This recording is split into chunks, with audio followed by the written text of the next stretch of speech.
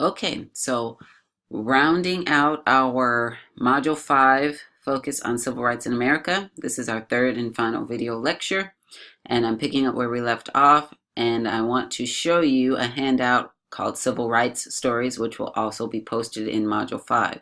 So each of these areas that we've talked about, these areas of concern, voting rights, public accommodations, and housing, as well as LGBTQ issues. They are covered in this handout, covered briefly with some of the details. So this is a view of what the handout looks like.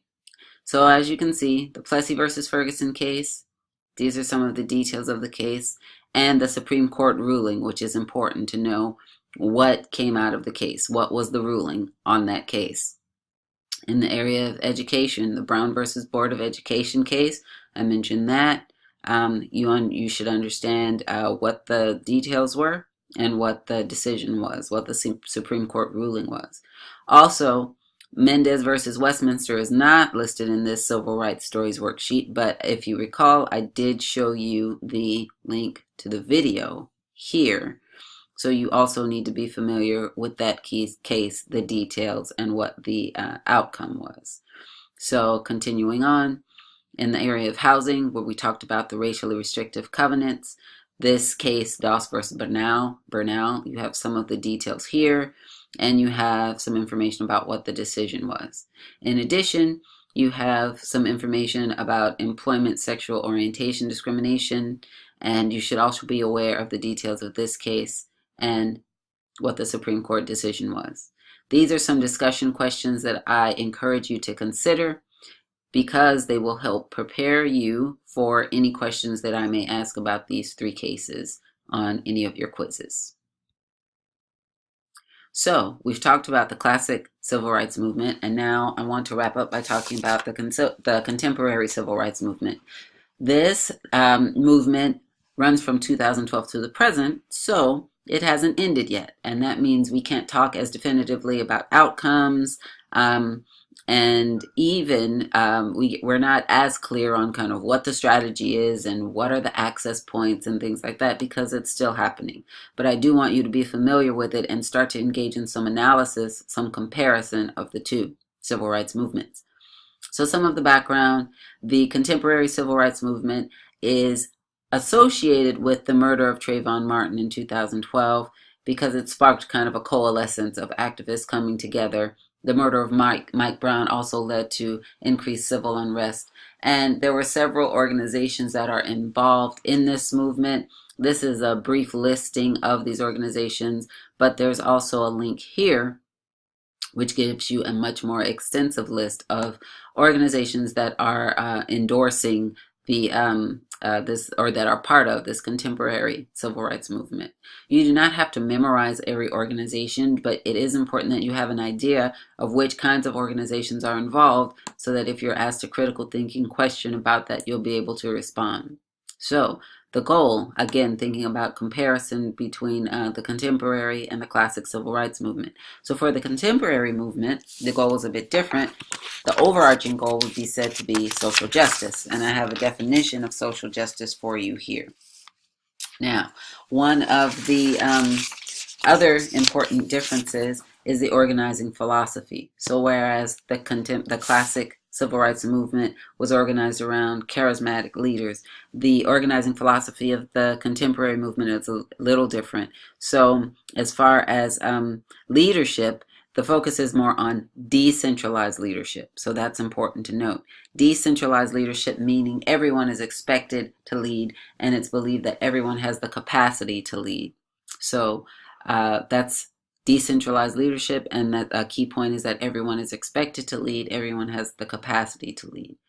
And here we have a quote by Ella Baker, who is cited as one of the key contributors to the foundation of the contemporary civil rights movement. She was actually a community organizer, part of the classic civil rights movement, but her work was not as valued or as appreciated as it could have been. And so all the way now up to 2012, you have young activists who kind of reach back, they read about her and her work, and they've adopted more of her philosophy, which was more that strong people don't need strong leaders. So it builds into this idea that everyone needs to be expected to lead. And when you have decentralized leadership, it is more widespread and not only based on the leadership of one person.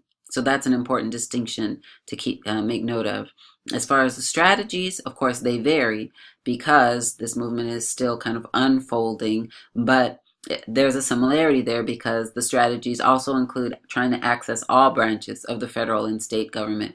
Also, though, an important difference is the use of social media as a very important strategy as well. And as far as the outcomes go, these are still in progress. But it is important to have an idea of the nature of the contemporary civil rights movement and how it compares to the classic one. Some key areas of concern. One key area is police brutality. Another key area is economic justice. Another is LGBTQ issues. And another is gender discrimination. So again, I've included a great deal of text here so that I will not read to you the details of each of these areas, but this will allow you to have a starting point because much of this information is not in your book. It's not in chapter 5 because that chapter only focuses on the classic civil rights movement. So you should use this text to develop your understanding of what some of the key areas of concern are right now for some of these movements and for some of these organizations that are working in this contemporary civil rights movement. Police brutality. Here's an overview of the issue, how police brutality is defined, and here are a few key characteristics: excessive use of force, physical brutality, as well as social psychological brutality. Economic justice. Here's an overview of the issue.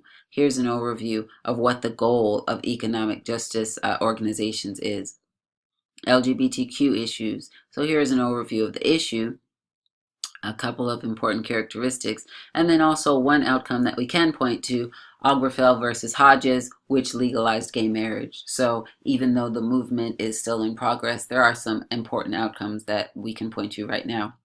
And then as far as gender discrimination, here's an overview of the issue.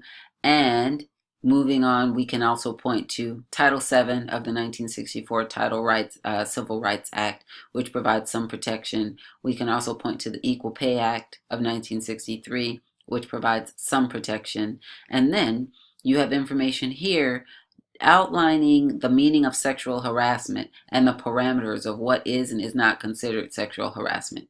Here in point 6, you have the definition of harassment. And then as far as outcomes go, some key organizations that are also producing outcomes, but we can't point to anything definitive yet. They include the Me Too movement and the Time's Up movement. So we have covered a lot of information, and I've incorporated a lot of new information regarding the contemporary civil rights movement. So I've left a lot of the text in the outline again for you to use, and I suggest you use this outline, review it in detail, and watch the videos as many times as you need to.